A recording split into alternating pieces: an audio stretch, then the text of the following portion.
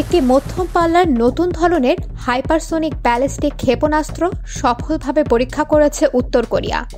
Kim Jong উন, যিনি এই পরীক্ষার তত্ত্বাবধান করেছিলেন, এটিকে একটি যুগান্তকারী সামরিক অগ্রগতি বলে উল্লেখ করেছেন।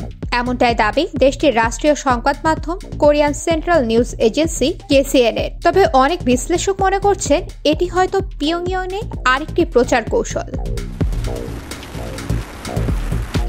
কিমের মতে ক্ষেপণাস্ত্রটি 12 গুণ শব্দের গতিতে 930 মাইলেরও বেশি দূরত্ব অতিক্রম করেছে এবং সমুদ্রে একটি অনুকরণীয় লক্ষ্যবস্তুতে নিখুঁতভাবে আঘাত এনেছে।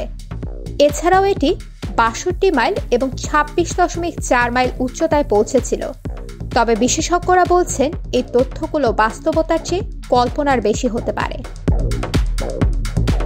এদিকে কিম জং উন জোর দিয়ে বলেছেন যে এই ক্ষেপণাস্ত্র উত্তর কোরিয়ার প্রতিরক্ষা ক্ষমতা বৃদ্ধির উদ্দেশ্যে তৈরি এবং এটি আক্রমণাত্মক পরিকল্পনার অংশ নয়। তিনি আরও দাবি করেন এই অস্ত্র যে কোনো ঘন প্রতিরক্ষা বাধা ভেঙে দিতে সক্ষম এবং প্রতিদ্বন্দ্বীদের সামরিকভাবে চ্যালেঞ্জ জানাতে পারে। দক্ষিণ কোরিয়ার যৌথ চিফস অব স্টাফের মুখপাত্র লি সুং জুং এই পরীক্ষার সত্যতা নিয়ে প্রশ্ন তুলেছেন। তিনি অভিযোগ করেছেন ক্ষেপণাস্ত্রটি কিম ঘোষিত দূরত্বের চেয়ে কম দূরত্ব অতিক্রম করেছে এবং কোনো দ্বিতীয় শীর্ষ উচ্চতা ছিল না। এদিকে উত্তর কোরিয়ার দাবি হাইপারসোনিক অস্ত্র তাদের রাষ্ট্রের নিরাপত্তা রক্ষার মূল হাতিয়ার হবে।